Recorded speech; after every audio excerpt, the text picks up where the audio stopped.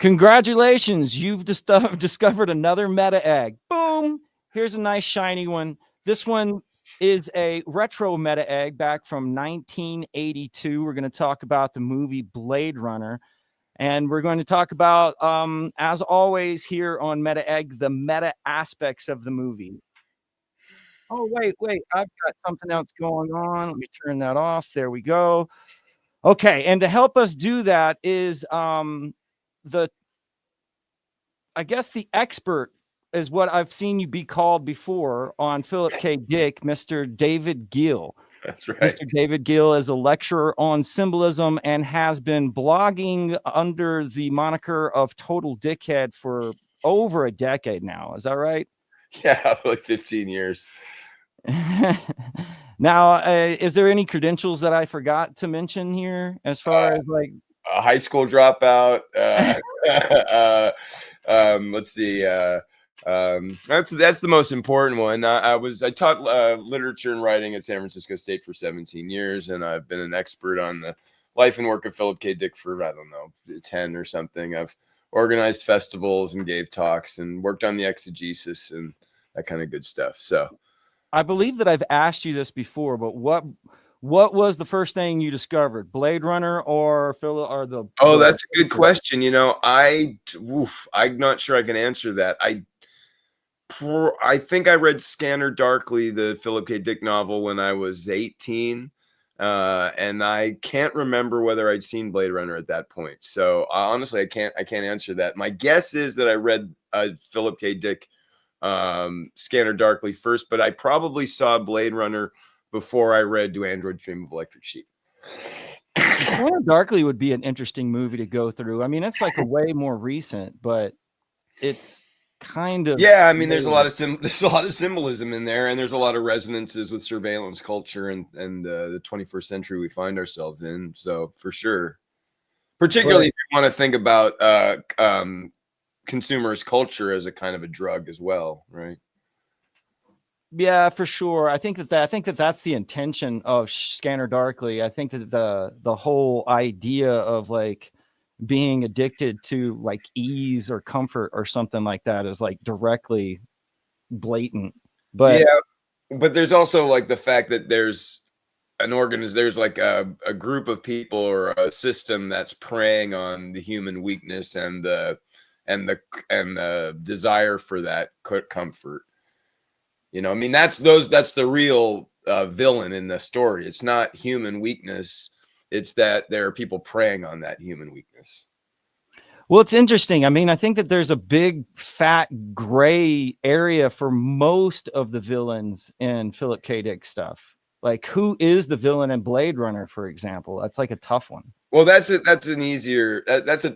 interesting one.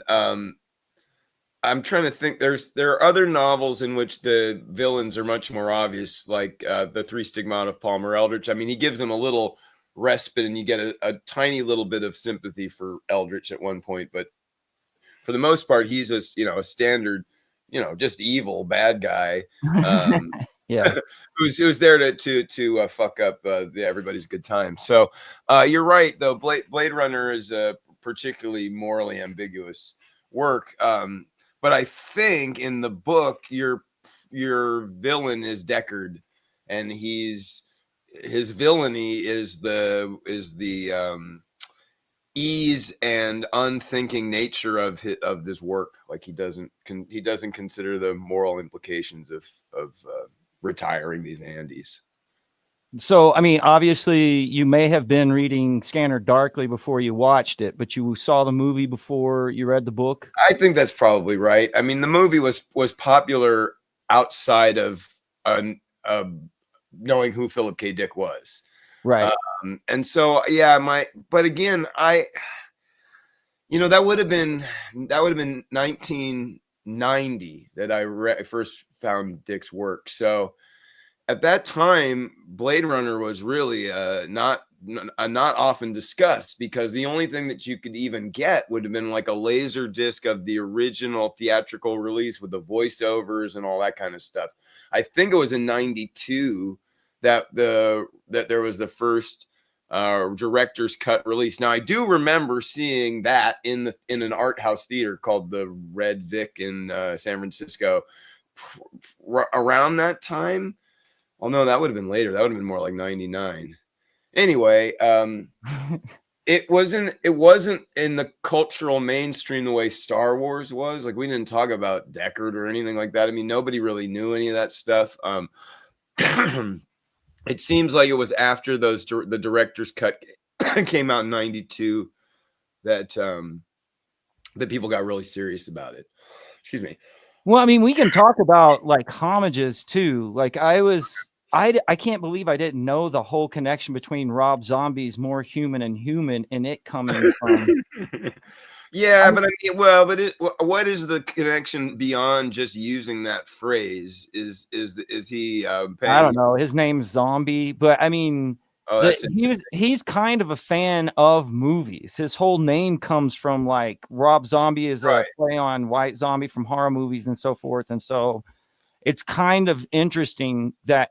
But also, like for example, Ready Player One. I don't know if you've read it or not. I've only seen the movie, but wait a minute. Can we just talk about why is a zombie irrelevant? Oh, I don't know, because Christ is a zombie. I guess like it has to do with like robots are zombies, right? I mean, life after death or something along those lines. Robots are zombies as well because they're alive but dead. I mean, the Leon and Blade Runner is definitely like non-emotional, like completely robotic almost. Well, yeah, almost. But you made a good point, or I asked you something earlier about like the differences between the books. I mean, are you a bigger fan of the book? Do you think that the book is, because sometimes there's these big movies made off of short stories of dicks that are like wildly variant from what the actual movie is. I don't think they're, I mean, you can't compare them. Like, you can't say like which is better, because they're trying to do two very different things. But I think they're both really noteworthy accomplishments in their own right, and they're valid. Like sort of I mean, I think the movie, yeah, you're all right. You flipped on there for a second. Oh, okay, there you go. The movie talks about robots as if they're this wonderful thing that, you know, we'll one day get, and they'll be better than us maybe. And the book makes it very clear that we're the robots, that we're the people that are stuck in these ruts, that are programmed to think and do and have no lives beyond that programming. And so it's kind of interesting. I mean, it's a much more optimistic movie than it is book, and it's a depressing movie. So that should tell you. I mean, when I used to assign the book, I had students who told me they couldn't finish it because it was just too depressing, and they couldn't do it. Now, that may have been an excuse, but I mean, when they came to me, it was like they just really couldn't do it, and they didn't like any of the ideas in that, especially the ideas of like, you know, how do we know what's real? And so how do you know you're not a replicant? Yeah, I mean, that's the one that's really upsetting to people. Yeah. And you got to ask yourself, why is that so upsetting? You know, I mean, it's just because, like, I don't know, like the whole idea of a robot trying to become human, like, it is kind of almost cliche in a way. Well, I mean, it goes back to Pinocchio or any of that kind of stuff. Oh, yeah, for sure. Like the whole homunculi idea, but to realize that you're already a machine, or that you're already in a simulation, or that your whole life's, because that whole idea of memory is like hit on again and again in Blade Runner. And what makes a person? Is it their memory, so to speak? Or it was the idea of putting memories inside of the androids that gave them, they couldn't figure out if they were real or not. And so, but the homeboy, the bad guy, what's his name? Batty says the same shit. You know, all of this stuff is going to go away, you know, when he's on his precipice. Right. Yeah. Well, he's like Tears in the Rain. He's just one among many. Let's. Oh, okay. Well, let's move on. I had something I wanted to say, but it kind of slipped my brain. So. Well, let's go back a little bit. I interrupted. We were talking about the whole idea of you being a replicant. Oh yeah, let's dilate on that anxiety just for a second, because if you think about it, right? All right, let's say that you now present to me empirical proof that I am a replicant. Okay? Nothing about my internal experience is going to change because of that information. Right? I'm going to continue on as I was before. Now, in this case, apparently a replicant, but nothing about my experience will change whatsoever.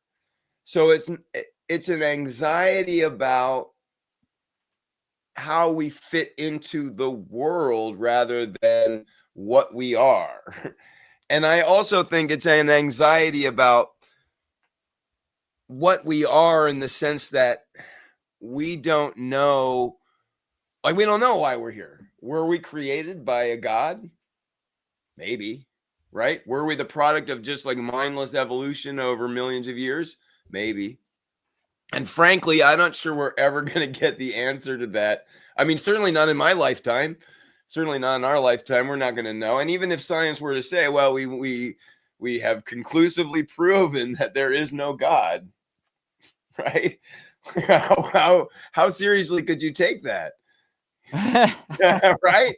So I mean, it's an interesting anxiety for people to get really hung up on, and to have anxiety about, right? Because it's not about, okay, if you have a anxiety about getting cancer and dying, that's about your internal experience changing, suffering, dealing with something, having pain or whatever, learning something about yourself. You continue to be who you are.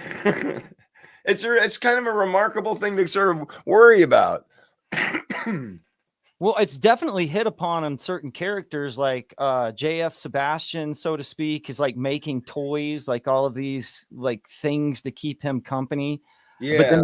But then of course Terrell is kind of like, I mean, that the replicants kind of take on the persona of like fallen angels, right? And Terrell is like their god or their maker, who's kind of indifferent. He's like, what am I gonna do? Well, But he's got very thick glasses on. yeah, he has like these weird futuristic bifocals, right? Like they're these. Well, yeah, I mean, he doesn't see his creation. He doesn't know what he's doing. He can't see, what he's made. Right. He's somehow using technology to see as much as he can. I mean, it's pretty ripe. And then what does Batty do once he finds out that he can't help him, right? He carves out those eyes. Like he go, it's all. We could spend all day, and I think we did recently on our previous podcast talking about the symbolism of the eye in the movie is just, it's overwhelming. It's everywhere. Yeah, I mean, it's one of the first shots in the movie. First shot of the movie is with that thing of his eye or whatnot. You're absolutely right. That's right. And at that moment, it's like this, these film critic guys in colleges can write books, because at that moment, right, that image is recapitulated, like that's reflecting the image of the eye in the theater watching it, right? But in one case, there's an eye like going out and perceiving something, watching something, and then but going the other way, it's just this technological projection. It's completely empty. See, I mean, really and truly, this movie is ahead of its time for special effects, because this is coming. Yeah. It's out of control. So just that eye shot, like I was almost kind of obsessed with like how much money did it take him to make that shot. There he is with his glasses. Yeah, there is his glasses. Yeah. Right. And then what ends up happening is Batty, the Rutger Hauer. Bro, I love Rutger Hauer, right? Like, he's really good in that. Yeah, he's fantastic. For a fan of the 80s, man, he was in everything good. I think I have What else was seen. he in that was good? I'm sorry. Well, all of those bad movies that are good, you know what I'm saying? Like these Yeah. movies in the 80s that were like direct from to video cassette or Yeah, you something. mean the only one I can think of is I think called Slipstream or something like that, and What I do you mean, might like even have Mark Hamill in. Hitchhiker? Yeah. Hitchhiker, he was in a couple of other ones Oh that were yeah, like, yeah. Well, God bless his soul. Rest in peace, there, Rutger. oh yeah, well that's a good point with the eyes. That's the whole thing of them being a Yeah, replicant and the right, way that when you see a replicant, they kind of have that wild animal glow to their eyes. You can see the right. light reflecting in the back of their eyes. And then when you get to Blade Runner 2049, there's actually information about their thing printed on their eyes, right? So they can't hide in that way, but they're still where you see it is in the eyes. Yeah, as I said before, I really think that this flew over my head. It was way more adult than I was ready for. I Oh mean, yeah, I could, of course it did. It's a very adult. I mean, I think it flew, honestly, I think it flew over the heads of the people who are making it. do you think so, or do you think Scott had a hold on this? Because Scott seems to have. Well, he got lucky, right? Because what I learned is that like a lot of the stuff, like the nail through the hand, that was improvised. It's not in the original shooting Oh, script. He just came up with it on the spot. So and and it was like they were riffing on a lot of stuff. The other thing I want to say is that one of the reasons that the special effects were so groundbreaking was because in imagining a future, they weren't imagining like a perfect utopian city in which every level of all of this technology would be demonstrated. Like you'd see flying cars or whatever. I mean, what you see is essentially like a lot of sort of pre-existing technology like buildings and skyscrapers and billboards and all that kind of stuff, just sort of like on speed, right? Just on steroids, built up and crazy. But you also see like the downside, right? And same thing with Star Wars. The the lived the in. the nature of it is like the patina of like this stuff that's kind of scuffed and worn and shitty.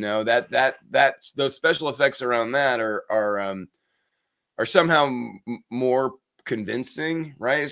Because I mean, you look at if you were to ask us in when this movie came out, right, in 1982, what is society going to look like in 2025? A lot of the stuff that we see is really futuristic, like our cell phones and all that kind of stuff. But you still see like, Datsun 280Zs on the highway, Yeah, for real. right? You know what I Right. mean? You still see like hints of anachronisms, these like, and the other thing that's interesting is that in depicting the future as having like a nostalgic quality, a lot of these scholars think that it's like a critique of capitalism about how like in going forward, even though there's all this new stuff, society can't really break into any really new dynamic. I mean, people are still going to nightclubs, people are still drinking, people are still taking taxi cabs. There's no like the fact that there's futuristic stuff around that kind of emphasizes that bifurcation of time, right? That part of society is moving forward, technology is moving forward, but another way it's not. Like that's the kind of interesting thing that the movie really confronts the reader with, or why the viewer with. So what would you say created that genre of like that steampunk velour or the like kind of the vaporwave, like Yeah. futuristic kind of cyberpunk? That's what I'm looking for. Was Yeah. it Blade Runner or was it more Dick? Or was it just Well, people? that's a good question. So I I don't think that there's as much noir, hard-boiled shit into Android's Dream of Electric Sheep as people generally do. Like, it's really hard to find, aside from some just kind of like Jimmy Cagney style kind of dialogue at times. You think that I'm gonna do this, but I'm gonna do that. See, uh, there's really Yeah, not okay. very much. And when I did my full semester on Philip K. Dick a year ago, we read the first short story that he ever claims he read, science fiction short story. It's called Dead Center, and I forget. I think it's Corn Bluth or something like that. the beginning of that story is actually a science fiction retelling of the beginning of the Big Sleep, straight with all of this noir language and everything. And that's in like the 1940s. So because science fiction and crime drama were both genre fictions that were ghettoized. You didn't go to you got those at the dime store, the rack at the dime rack of novels in the drugstore. And there weren't Hemingway novels there. And not only that, not only were they were in the same thing, a lot of times there were the same authors writing both science fiction and crime drama. Right. And so there's a natural kind of cross-pollination there. It seems to me that Blade Runner's basic conceit is that corporations stand in for the mob in traditional noir fiction. Okay. As the sort of organized bad guy that, that traffics in a kind of malevolence that, for everybody that's around.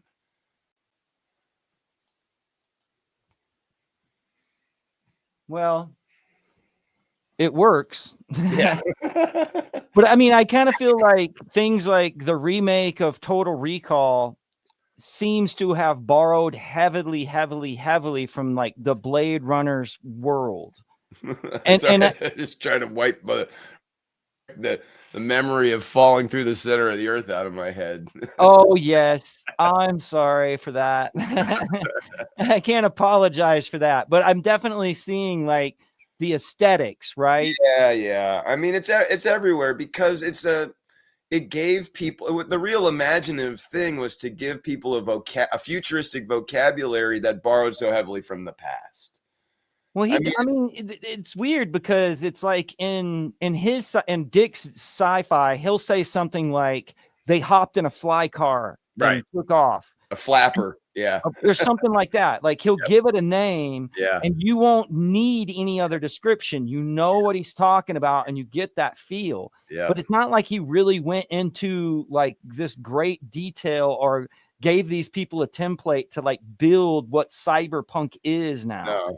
No. And, but I think I heard, I can't remember where, but I think there was some interview where William Gibson saw Blade Runner in the theater and was walking home and was like, oh shit, they got it. Like they figured it out. Like, that was my play.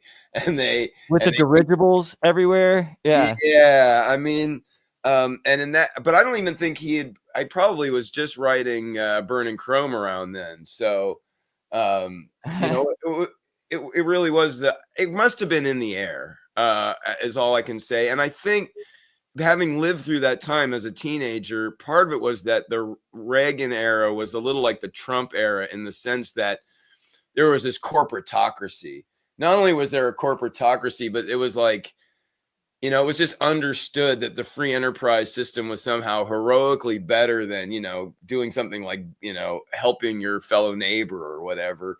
And so there was a kind of sinister Hobbesian a war of each against all kind of vibe that the film really resonates with. Like, where do you ever see, besides the robots taking care of each other, any kind of loving, family support or like, nobody, like Batty basically gives Leon therapy. Like, but that's it. But other than those androids, there's really no human kindness. You don't see people sitting around eating dinner together. You don't see people watching TV together. You don't see people celebrating holidays together. You see deeply atomized society in which every single person is very isolated. They have nobody they can count on. Everybody's out to get them. It's only by the measure of their wits that they can survive anything. And so that's a vibe that's, if anything, it's come back. Like, it was sort of gone during the Obama years in a little bit of a way. Like, you felt more like, oh, look, we're building community, and people started saying things like, I'm holding space for that idea or whatever, and now it's really back to this, like, whew, you're just trying to kind of duck and weave and keep your head above water, to mix a metaphor. Yeah, I kind of you got a point. Like there's the Ozymandias character that's in Watchmen is very Trumpish. You know, Yeah. he's like a businessman entrepreneur who owns everything and can do whatever he wants. I mean, it's And he everywhere. makes Look at decisions. the guy in what is it, The Fifth Element, that looks almost exactly like Elon Musk, and is just, he has the same Yeah. vibe, sort of arch villain of like comically, egocentric and low self-esteem proportions and all that kind of stuff. I mean, all of this stuff is a manifestation. As a Freudian, I got to believe all of this stuff is a manifestation of the things that we're struggling to understand and put into perspective in our lives. And so it gets thrown up on the screen all the time, I'm something of a Freudian myself. Yeah. Be careful. If it doesn't make me popular at parties, I like to say that. Well, I have this theory on the Scott definitely used a cuckoo clock. Like Okay. there's certain times when I watched it with the subtitles on that there was almost like a punctuation of certain sentences because the cuckoo clock would go out. But the only reason I really know about the cuckoo is because Philip K. Dick's written a couple of stories. I mean, because the cuckoo has this weird way of putting their eggs in other birds' nests. Do you know this? Yeah. Yeah. So I'm wondering, I'm kind of thinking that because there's a lot of eggs and stuff going on, especially when they're with Sebastian So the only way that and part of what birds. you're Too. but we know that Ridley Scott read basically nothing of Philip K. Dick's work. Like, he read 20 pages of Do Androids Dream of Electric Sheep, says, I can't Okay. make a work out of this, and throws it aside. Now, Hampton Fancher, who wrote the screenplay, absolutely knows Phil Dick's work. Okay. Right. And so, but again, like the question you're going to have to ask yourself is, can you go to those scripts? And can you look in those scripts and find those mentions of those eggs?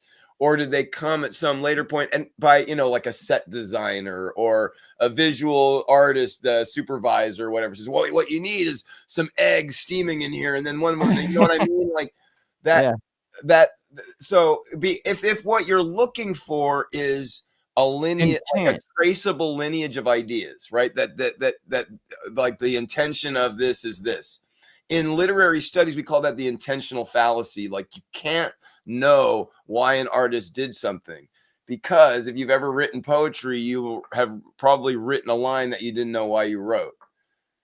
So and didn't make sense to you till later. I've discovered that a lot. A lot of artists, when you go back and you ask them about their work, they'll be like, yeah, I mean, I kind of see that meaning this now, but that's not what I was thinking when I made it. Right. And there's, again, like one of the famous things is, like, they asked George Lucas. We have these cranes in Oakland that unload ships, and they do look like the AT-AT walkers from Empire Strikes Back. They're white, and they're very much, they've got sort of four legs that sit down like this. They're rectangular. And somebody once asked George Lucas, like, were those an influence on the AT-ATs? And he goes, no, they weren't. Right. And if I were standing there, I would have said, well, how the fuck do you know that?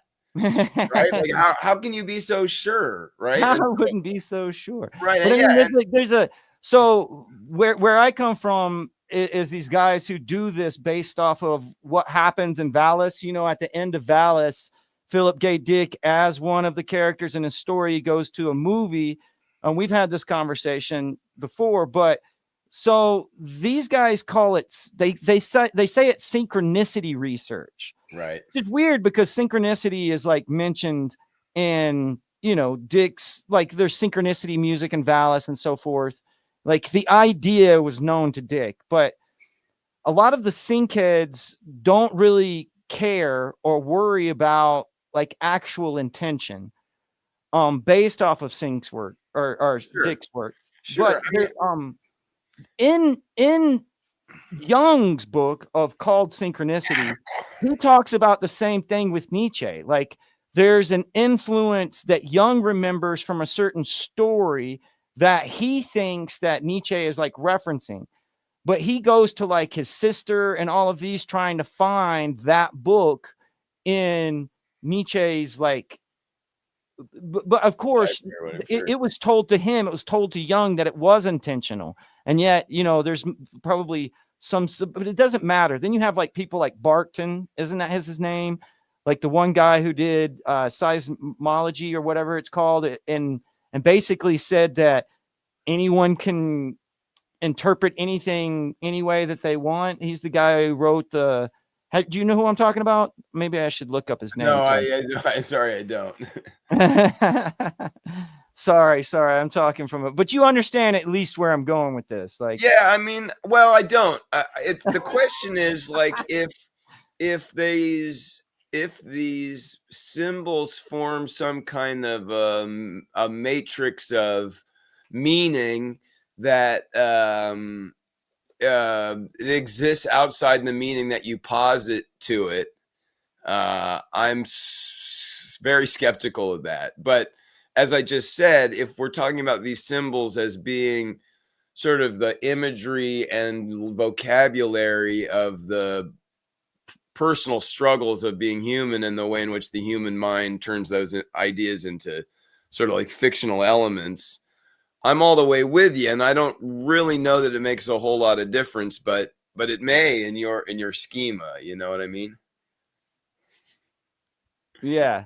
I mean, that's basically what the whole idea that Jung came to is like certain, you kind of fill the role of an individual. Like you might have some symbolic weight to an individual that you know nothing about. And that it goes down to like what you personally experience and whatever's going on like in your internal like head canon, so to speak. Yeah.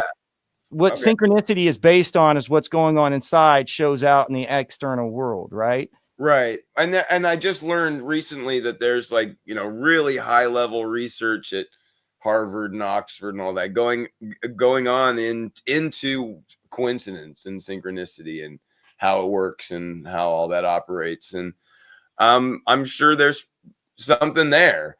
As I often have to remind people, I'm an English teacher, so, or I was, and my basic interest is like how language communicates ideas, and you know, there's in this case the language of film.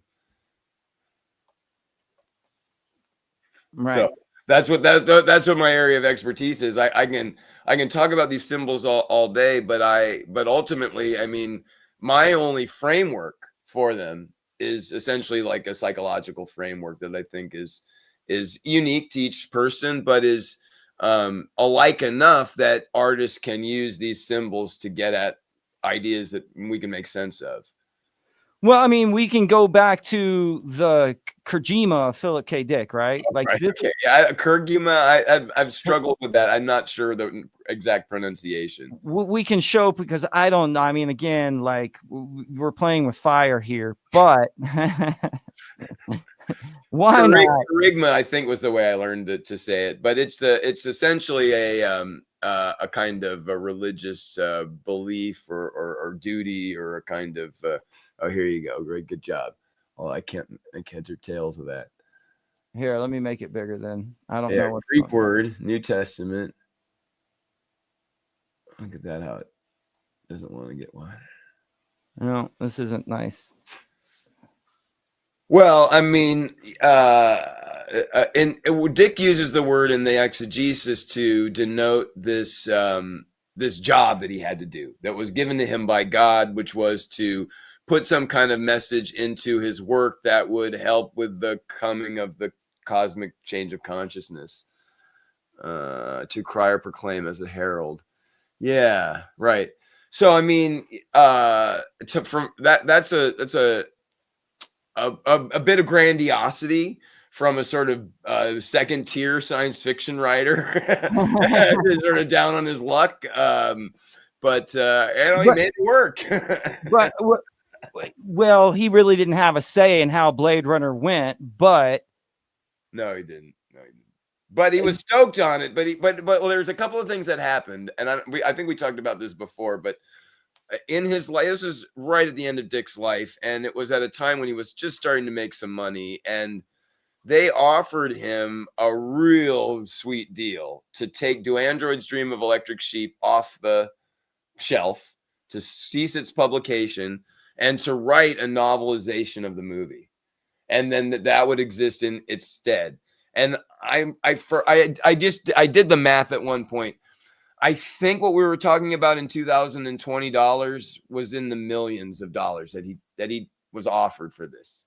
Now, the movie would have had to have done as well as everybody thought it was going to do. You have to understand that before the movie came out, it was huge. There was huge hype about it because it was Ridley Scott, who'd been very successful with Aliens, because it was Trumbull, who had done all this amazing science special effects work and all this kind of stuff. So the thought before the movie came out was that this thing is going to be huge, like Star Wars huge, E.T. huge. And so there was a chance for Dick to make a ton of money based on that there was going to be this novelization he could sell. Anyway, he decided not to do that. He instead took something like $25,000 to slap the name Blade Runner on top of the book and then write in small type, "Do androids dream of electric sheep?" And he goes on and on in the exegesis about how this is this incredibly crucial decision in his life because it allows for this work to go forward. And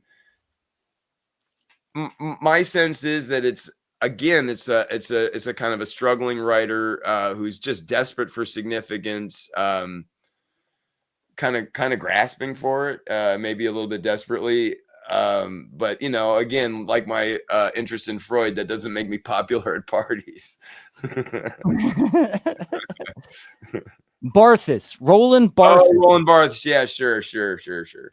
But he basically puts forth the idea that you can, like, the whole entire society that an artist comes from kind of influences the work that they make. Yeah, I mean, more or less, right? I mean, like my son listens to a lot of like new rap music, and like, the amount of like culture that those artists are consuming, like the breadth of culture that those artists are consuming. Some of those artists are consuming is very small. Some of the breadth of some of those artists are consuming is a lot broader. I mean, I shouldn't generalize, but I just want to, I mean, Barth's right to the extent that you are the product of your culture and your art is the product of the culture. But, I mean, some kids get taken to the museum and some kids don't. Right. And so some people's cultures are bigger than others. And guess what? Barth's is a white rich academic, so he's not going to think about those. I'm sorry, I should say he may not think about those inequalities. I'm sorry, slipping out of frame here. I'll get better here. Get that mug in the beautiful frame, I think. Yeah. So, there's certain things though that, I mean, you have to agree that the symbolism is kind of thick at certain points as far as Christianity is concerned. I'll give you now. This is going to date me, but I can remember getting onto an argument on MySpace. There was a Blade Runner group on MySpace, and my profile picture on MySpace, by the way, was Roy Batty with the bat and the nail or whatever. And this person was saying that Ridley Scott would never use such obvious Christian symbolism as the nail in the hand. And so I've often wondered where that person is, because I'd like to go, unfurl my list of the subsequent heavy-handed Christian symbolism in Ridley Scott's work that comes after, supersedes Blade Runner. I mean, particularly the show that he had on. It was on a series, and I'm forgetting what it was, but it's the robots raising the human babies on another planet or whatever. Was slightly new. It's not this about like the beginning. It's like a few years ago, but it's got like snakes and gardens and all this kind of crap. They blatantly say it. They call it like Adam and Eve, and they basically say it's like the beginning of the planet and all of that stuff. It's really, really, really like in your face. In your face. Doesn't Scott have to do with the Alien franchise also? Yeah, for sure. Absolutely. There's incredible religious symbolism. But the last time we talked, you pointed out that there's religious Christian Jesus symbolism in E.T. Yeah. So I mean, it's everywhere. And Well, I mean, I don't know if it's marketing or not. There's a lot, because at the time, there was a lot of Jewish producers making Christian movies, because that's what America was buying. And so there might have been some sort of marketing, especially coming out of the 70s, where people were like, if we put the Christian symbolism in there, the crowds will go to it, especially on ET. Because ET's kind of blatant with the fingers and the posters and stuff, I'm imagining the doctoral dissertation on, the Jewish roots of Christian symbolism in Steven Spielberg's E.T. If it hasn't been written, somebody's going to do it. I mean, somebody has to have done that. Okay. So, but another way to think about this is like, you can't spit in this culture without seeing a crucifix or a church or a Christ on a cross or this or that. So, one, artists are predisposed to generate that imagery because they've got a wide variety of it to draw from in their memory. And guess what? We as viewers are predisposed to pick up that imagery, whether it was intentional or not, because it's familiar to us, it's recognizable, it's part of our vocabulary. So, I mean, it's very difficult to try to figure out what this matrix of symbols would mean outside of just noting how our brains are basically designed to pick up on these symbols. It's like, and in and of itself for us is recognizing patterns, and like as human beings, it's just something that we do. And so, but I mean, even a chat bot can do it. I could like say something to a chat bot and it would break down Salome and her snake and how this has to do with that. And that's even like mentioned in the movie. They talk about the serpent, that because the story, I mean, if you want to go through the story of Blade Runner here, there's like 4 replicants that have escaped. They're heading towards Earth. Harrison Ford as Deckard is charged with killing those replicants. But each one of those have like a distinct kind of personality and feel based on what they were basically manufactured or the job that they were meant to work at. Sure. So Salome, is that her name? Zahora Salome? I think it's pronounced Salome. It's generally the way. Salome, because that's Princess Salome, right? Okay, from the Bible. You're like, yeah. I did. I mean, I remember when because Salome, we didn't learn her name, I don't think, until the final cut. And I can remember that was some piece of information that was leaked during the trailer or something. And I wrote all this shit up on my blog.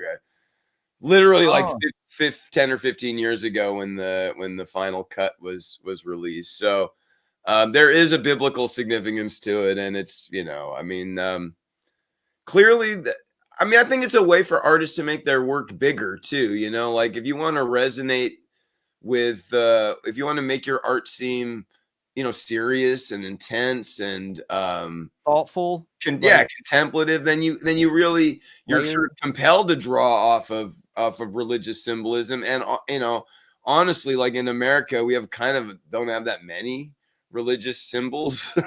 Like really, I mean, we really only have a few Christian ones, and all the other ones are sort of like lost on us if they're around. No, I mean, how many people know what the tiger symbolizes when they're doing the dragon thing in the Chinese New Year or whatever? Like we just, we may see it, but it's symbolism is lost on us. Cultural symbolism. Well, you mentioned the dragon. I would challenge anyone to go through and see how many of the neon dragons you can count in Blade Runner. Okay. But again, that could be chalked up to just the fact that he had like maybe a dozen of those made for the backgrounds, because or even just 2 or 3, right, that they're reusing over and over again. Right. What do you what's the significance of dragons in terms of like as a symbol in your mind? Well, I think that I don't think that the dragons would be that significant if it wasn't for the unicorn's involvement too. Okay. I didn't like the unicorn. There's a lot of biblical texts that hide the symbol of Satan within either the Leviathan or a dragon, which in the dragon is sort of seen I mean, you can take it as the Eastern way. The symbol of the dragon is kind of a teacher, but the like Judeo-Christian symbolism of the dragon is one of chaos, right? Or the ego. I mean, I was just gonna say, But like, I mean, this I just is cribbing from Joseph Campbell, but he says in his interviews with Bill Moyer that that in European tradition, the dragon guards two things: gold and virgins, and it can't make use of either of them. It just holds them, right? And so that there's some that's a kind of in Campbell's vision, it's a life of acquisition that has no emotional reward. it's impotent in a way. Yeah, exactly. And Most of the symbolism of the beast, so to speak, is always impotent. Like even in it's kind of the same thing that happens in Scott's movie right after this, Legend, where there's this the darkness. Tim Curry has the horns and he's like Satan, and he's going after this virgin, like he's the dragon, right? And then she's the unicorn, so to speak. So it's almost like a mirror of Blade Runner in a lot of ways. Okay. I mean, because these are mythical creatures that we imagine to have existed, but didn't. And well, in the Bible, if you go and look at the word unicorn, it could just be a mistranslated as like a one-minded rabbi, so to speak. And there's a lot of these things that happen in the prophecies, and a lot of the words that the prophets use that nobody really knows what those words mean. Like nobody really knows why the Leviathan shows up, but the Leviathan shows up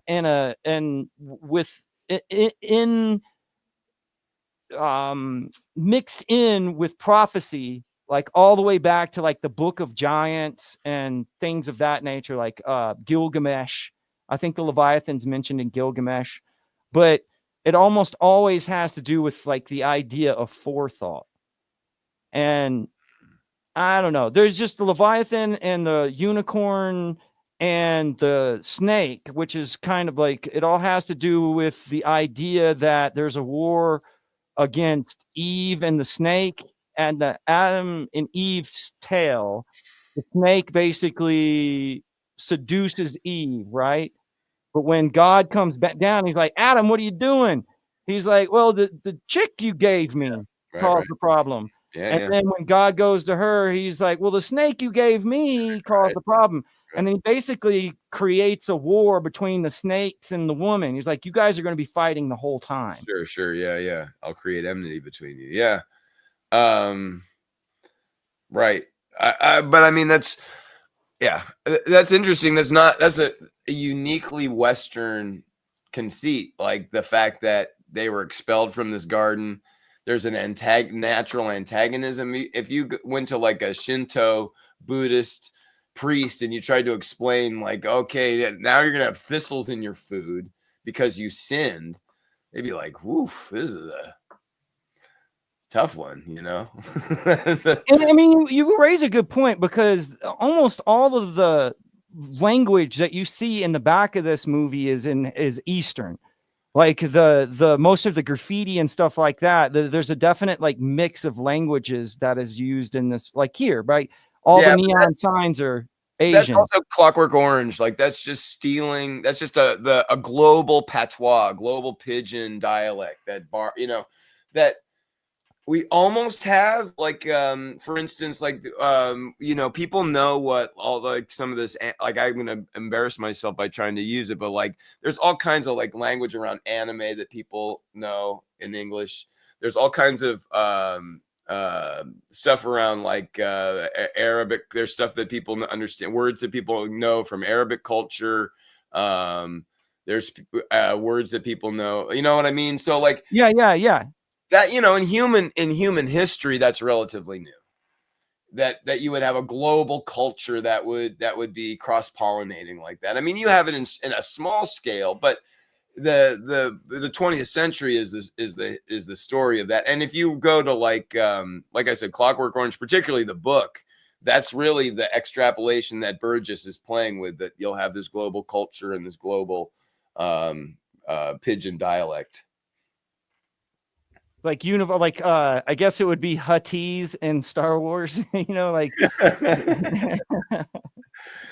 Yeah. the language that all of the slaves speak, like. Yeah, I mean, then there's people who learn Klingon, for goodness sake. So I mean, that's, you got to wonder what the payoff is for that. But it's Here we I guess go. Somebody all right. mentioned the dragon in Revelation is shown pursuing a woman who is about to give birth and then Yeah. attempts to devour her child. But the child is caught up to God and his throne. Reminds me of Kronos and Zeus. Okay. Yeah, I mean, sure. The The, dragon is pursuing the child. Okay. So is there any, this is just a dumb theory because I have not watched Blade Runner 2049 or whatever it's oh, called. you haven't seen it yet? No, I have not. That's Is good. I Deckard mean, a replicant? Do they make Deckard a replicant? no, they just they flub the issue. I think they just don't say. But the fact that he's still alive all those many years later is problematic. I don't think they ever come out and say it, but I didn't, you don't really watch it for that reveal. I mean, I don't, maybe you do. Fuck. What can I say? I just don't remember. My basic sense is I just remember that he asks Deckard whether his dog is real or not, and Deckard says, "Ask the dog." But it's an interesting thing because we know that Ridley Scott and Dick fought about it because Ridley thought that the Deckard should be a replicant, and Dick was adamant that he shouldn't be. There was just some things that happen, like when he's looking at this photograph and like the shadows change in the photograph. Yeah, well, I mean, So it makes you think that, is it like some memory that he has, plus his vision of the unicorn seems that's like the only thing you need is the unicorn, and then the fact that the origami at the end is the unicorn. I mean, that indicates that Gaff knows what Deckard's memories are, which means that they're implanted. I mean, there's just no arguing with that. I don't see any other. It's like, oh, he just thought about a unicorn that day, or he just knew he liked unicorns, or he saw that Deckard had a unicorn personalized vanity plate on this spinner that said unicorn or whatever. There's no other reason for it. But prophecy, I guess. But like he has a vision of a unicorn telling him that he's going to make that choice or whatever. It's weird though. I said. But the thing is, okay, but the interesting thing is that we know that the vision is Deckard's, and we know that Gaff has access to the content of that vision. There's just no other way around that. Okay. That's what we know. And that suggests that Deckard is a replicant. Plus the fact that Deckard's eyes glow at one point in the film. Yeah, the exact same way that everybody else is. Now, when you get to Blade Runner 2049, he's obviously a replicant. Everybody knows it, and they hate him. Like, he's hated everywhere he goes because he's this disgusting replicant. And that really is an interesting change and feels very interesting as you're watching it, and has a lot to say. So, I mean, I think you got to get on the 2049 bandwagon. You won't enjoy it. It's not as deep and overwhelming as the original, but man, it's a fun film, and it's you're gonna have a lot to take apart in there. I mean, there's a lot of symbolism. Do you want to take apart it with me? Or absolutely, I would absolutely come back and do 2049 with you. I'll watch. Would you rather do that, or would you rather do Scanner Darkly? I would probably rather do 2049 in terms of finding cool symbols to geek out on. 2049 is top notch. Well, I mean, in closing, I really think it's not that hard to. I don't blame, for what little Philip K. Dick might have seen of this movie, I don't blame him for automatically thinking that it had Christian symbolism. I mean, I guess he was just basing it off the pyramids, is what we can conclude, right? What I think he saw was the hell world, like the fire at the beginning, and that somehow I have this all mapped out somewhere. He talks about that in the exegesis, about how that's like his great vision, and the fact that they're showing it is like it was part of getting his charisma done, and he's done his duty. He would have absolutely fucking shit his pants if he saw that nail go through the hand in the theater, though. I mean, he totally would have lost it on I think that. so, man. I think Yeah. so. And like, if he would have seen the director's cut, because like I just typed in, give me a list of all of the replicants and their like association to Christian symbolism, and I mean, it had Roy Batty as a Christ. It talked about Salome and her dance of death. It talked about Leon Kowalski as Saint Peter and his denial. It talked about Eldon Tyrell as a god figure. Man, now we have automated symbol interpretation. Right? We have, oh, bro, I train these things to do this. No, I'm sure you do. Sebastian as a Gnostic figure. We have Rachel as Mary Magdalene. Yeah, well, and of course, Rachel, the word means sheep in Hebrew, I think. So you got that. Oh, electric sheep. So he's dreaming of Rachel. Oh, that's nice. Yeah. So Deckard as a reluctant saint, or Saul, the Paul figure, which Dick kind of uses a lot. And then the dove imagery and the Holy Spirit. At the end, Rory releases a dove. Yeah. Classic Christian symbol of the Holy Spirit. Right. I mean, it's a symbol of him having attained a soul, and that soul it's ascending to heaven.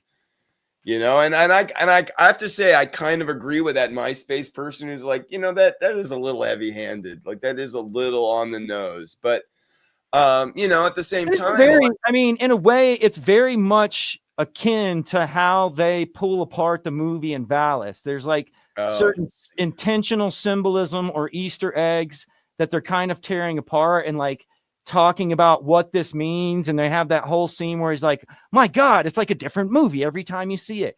And I kind of feel that way. I definitely experienced that on this watch of Blade Runner compared to when I was a kid. What I paid attention to and what I was even like conscious of, I guess, is the best way of putting it.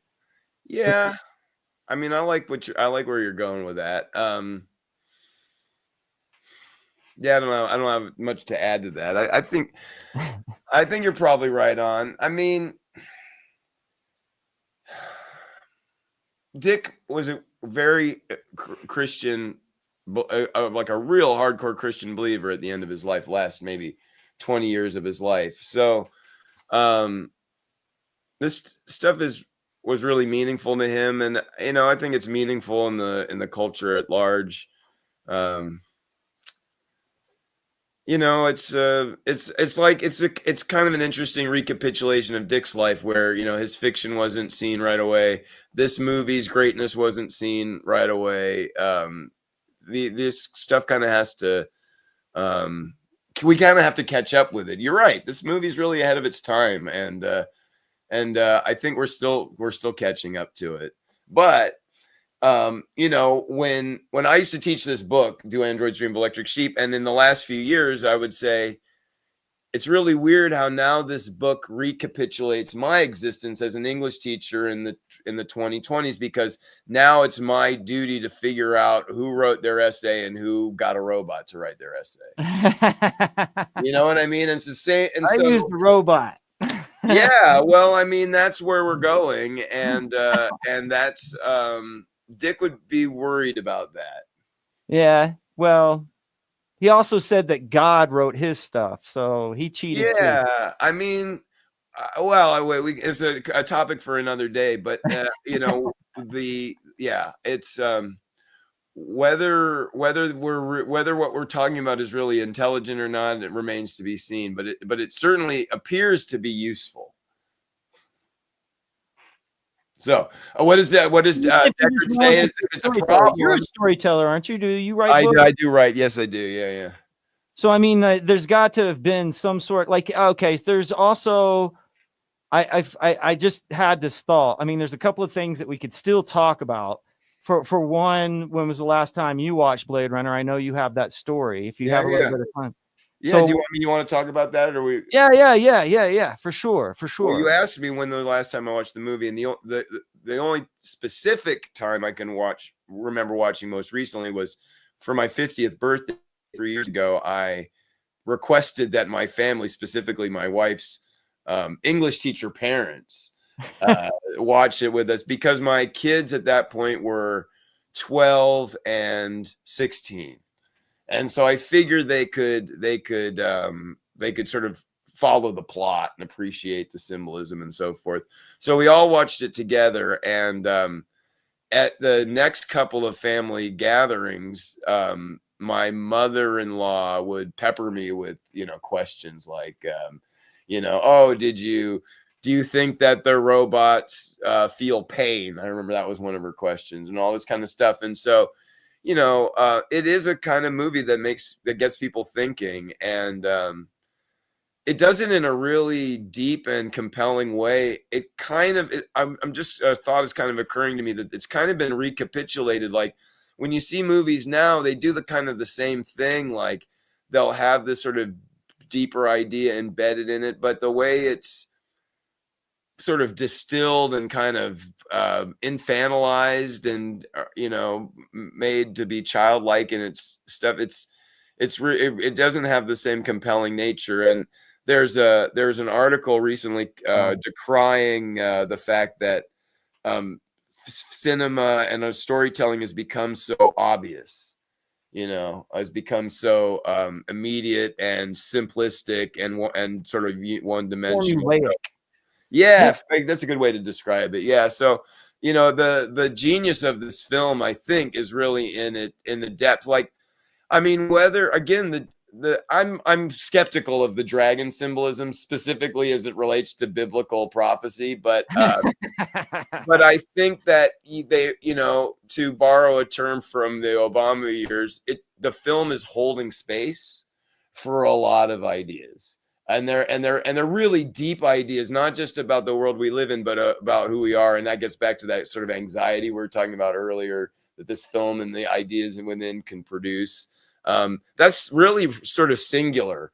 And there's other films that can do that with the grandiosity of scale, like 2001, that can make you feel so small and insignificant in the grand story of the cosmos or whatever.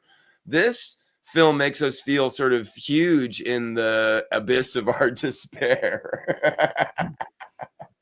And if that's not a place to leave it, I don't know what is, Well, I mean, in the defense of the whole dragons, like when I put it into the AI, it spit out stuff about the book of Job, and it made the comment about the book of, like, the replicants are Job in a way.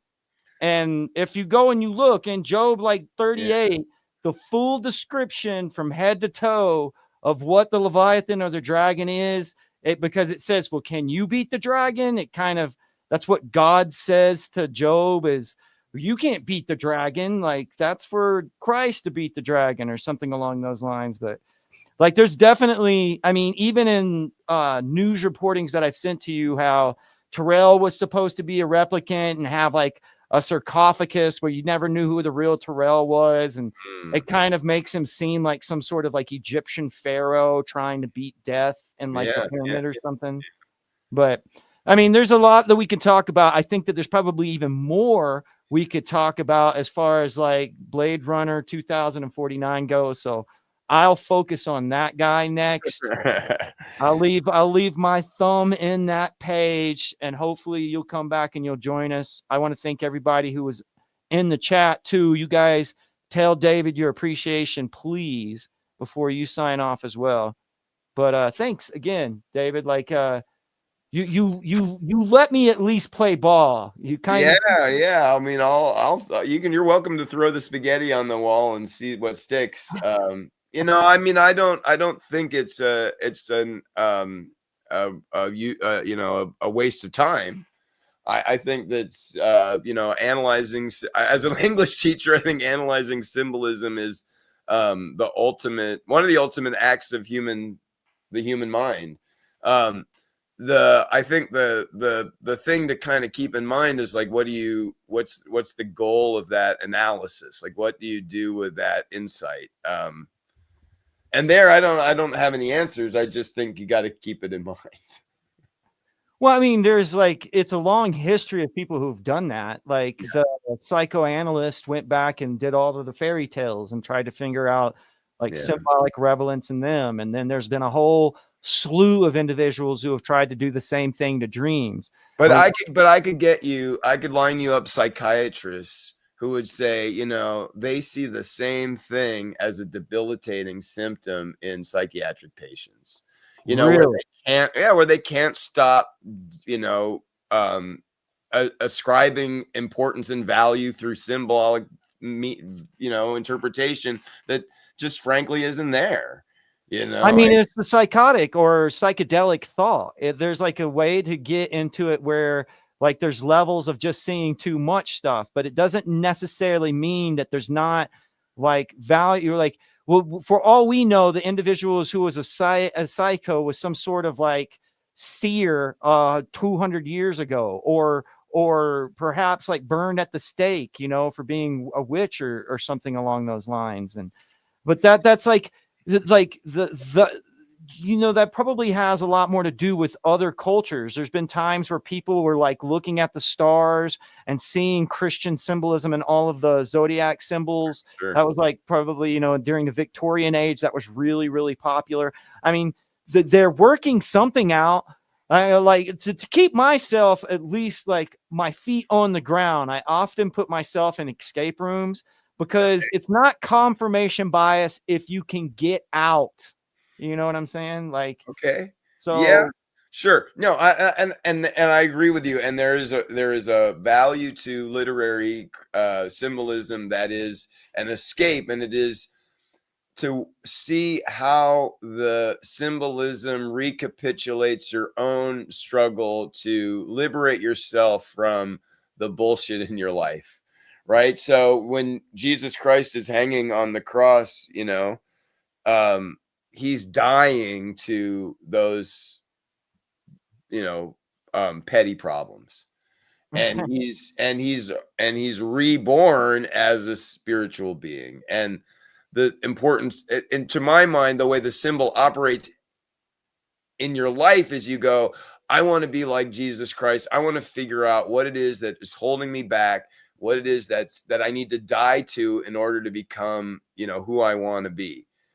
And once you're embracing the symbolism in that regard, right, so that it's directing you and your thinking inward and into self-reflection, then you can grow from that, right? But if it's like, okay, I gotta figure this out so that I know, you know, where the next portal is opening, so I can put my chalice in there and start the cosmic shift in consciousness transforming or whatever. yeah, That I have to say is that way lies madness. yeah. You Well, know, and I'm not saying that there's nothing of value in madness and that you can't break through madness to divine truth. I don't know that, but I'm just saying, like, if you were to have, in these waters, there be monsters. Like, exactly, and like I was saying, the human mind is designed to pick up patterns and to make connections. And so when you scramble the sort of the baseline of that brain, that positing of meaning, positing of connection can get out of hand, right? And, you know, study the way that Charles Manson read the Beatles' White Album, right? And but I you can mean, like, so see how certain that things. operates. So you can either see it as like a way to write your own. Like, if you study symbolism, you can use it to write your own stuff, of course. Yep. But also, like, there's a skill in there to understanding like the way that you do things that are unintentional. There's like like, I mean, that's what the way Jungian and Freud were basically using it, is like saying that certain symbols come up in your life and that you are trying to give yourself some sort of messaging on how to work out that issue, so to speak, that unconsciously you're completely aware of. But there, I mean, it is a danger. These are the waters of madmen. Yeah. And but how do you feel? What's your final analysis on Philip K. Dick in and of himself? I mean, Oh man. because this has been a long story. Like, you have the shave. Do you know what the Shaver mysteries are? Where a crazy guy wrote in these stories to amazing stories, Yeah, but that then Robert Shaver. yeah, the Yeah, Shaver yeah. mysteries. Our friend Gabriel McKee just has a book about Robert Shaver. You should have him on your show. I'll give you his information. Oh, I would. I mean, that's what we like to dig It would be into because amazing for you. that guy's crazy. He's Yeah. fucking nuts. You know what I'm saying? Yeah, Shaver is nuts, but yet he influenced pop culture all the way down to today. Like what Yeah. he did was a phenomenon. Well, okay, so the reason, Freud, because he was a Jew in Vienna, got the worst. He wanted to be like a fancy doctor. They said, you're going to work in the asylum with these nuts, and he put him in this room, in this horrible facility with these just gibbering, what you would say fully insane people. And his great insight, which is like, to my mind, as significant as the apple falling on Newton's head, is like, oh, that's not gibberish.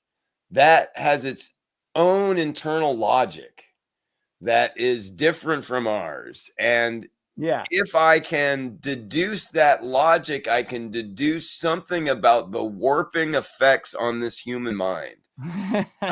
And and boom, you have a psychoanalysis is born. And you can say what you want about Freud, but everybody knows somebody who's been in therapy now. When Freud was alive, the idea didn't even exist. That's a good point. There was no such thing. And so, and now, I just recently heard this guy who had watched every season of Survivor, the TV show, which has been on now for, I don't know, 20 years or something. And he said the most pronounced thing, if you watch the whole thing, is the way in which therapeutic language, like shadow work and using language like codependent, anxious avoidant, that type of lexicon has creeped into the social consciousness. Yeah. That's and yeah. And now you've got it to the point where it's become part of our culture that people are going on essentially what are close to religious quests using drugs like ayahuasca, right? So they're doing these sort of intense meditative challenges where they're really again, like entering the world, the anima, as Freud, as Jung would have called it, like entering in like like a deeper consciousness where they're exploring these bigger ideas. Right. I mean, if you think, there's a couple of ways to look at it. One is that it's a really positive development, and it really allows for a greater sense of human connection, and for humans to grow out to be more dynamic and less systematized or whatever.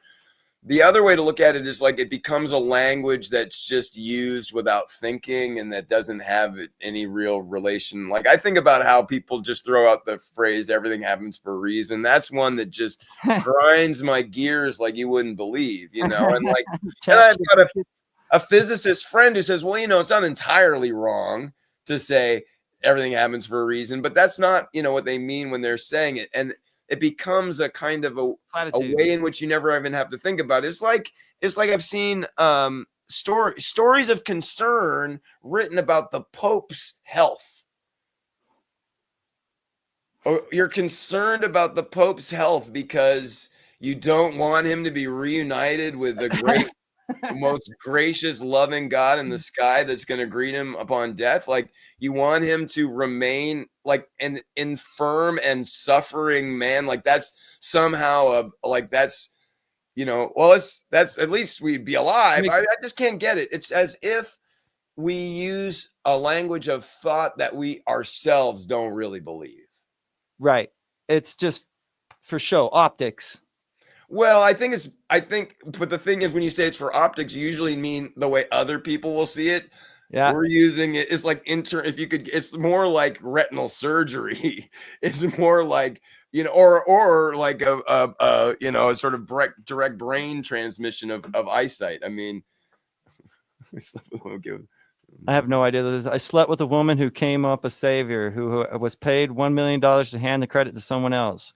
She had the proof framed on her wall. This must be from a movie. Well, anyways, thanks. Yeah, he said super elegant and thoughtful show. Great job, guys. Well, Index 6 here. You got good taste in podcasts. All right. But I do want to thank you for your time. We could do this all day. You probably have stuff to do. I definitely do. And everybody who was in the chat room, thank you guys. Like, this is God's favorite podcast. He wants you to make sure that you hit the bell, hit the notifications, hit like, please share. Sooner or later, I'll probably take all the ones that we do together, David, and just mix them all together and have like a 4-hour long show. But oh man, well, you can say, great discussion to fall asleep to or whatever. I noticed there are a lot of those videos on YouTube and they seem to do fairly well. So I think that's a good marketing niche you haven't hit yet. I appreciate your time, man. And you're very thoughtful as far as like keeping me grounded. I appreciate all of that. Well, it's a pleasure as always. And hope to talk with you again about Blade Runner 2049. I'm off to pick up my son and bring him home from school in the granular real world of got to get shit done. No. Yeah, well, the grimy part of the Philip K. Dick verse that we live in, right? There you go. Yeah. All right. Thanks, guys. All right, we'll talk soon. Bye-bye. Take care.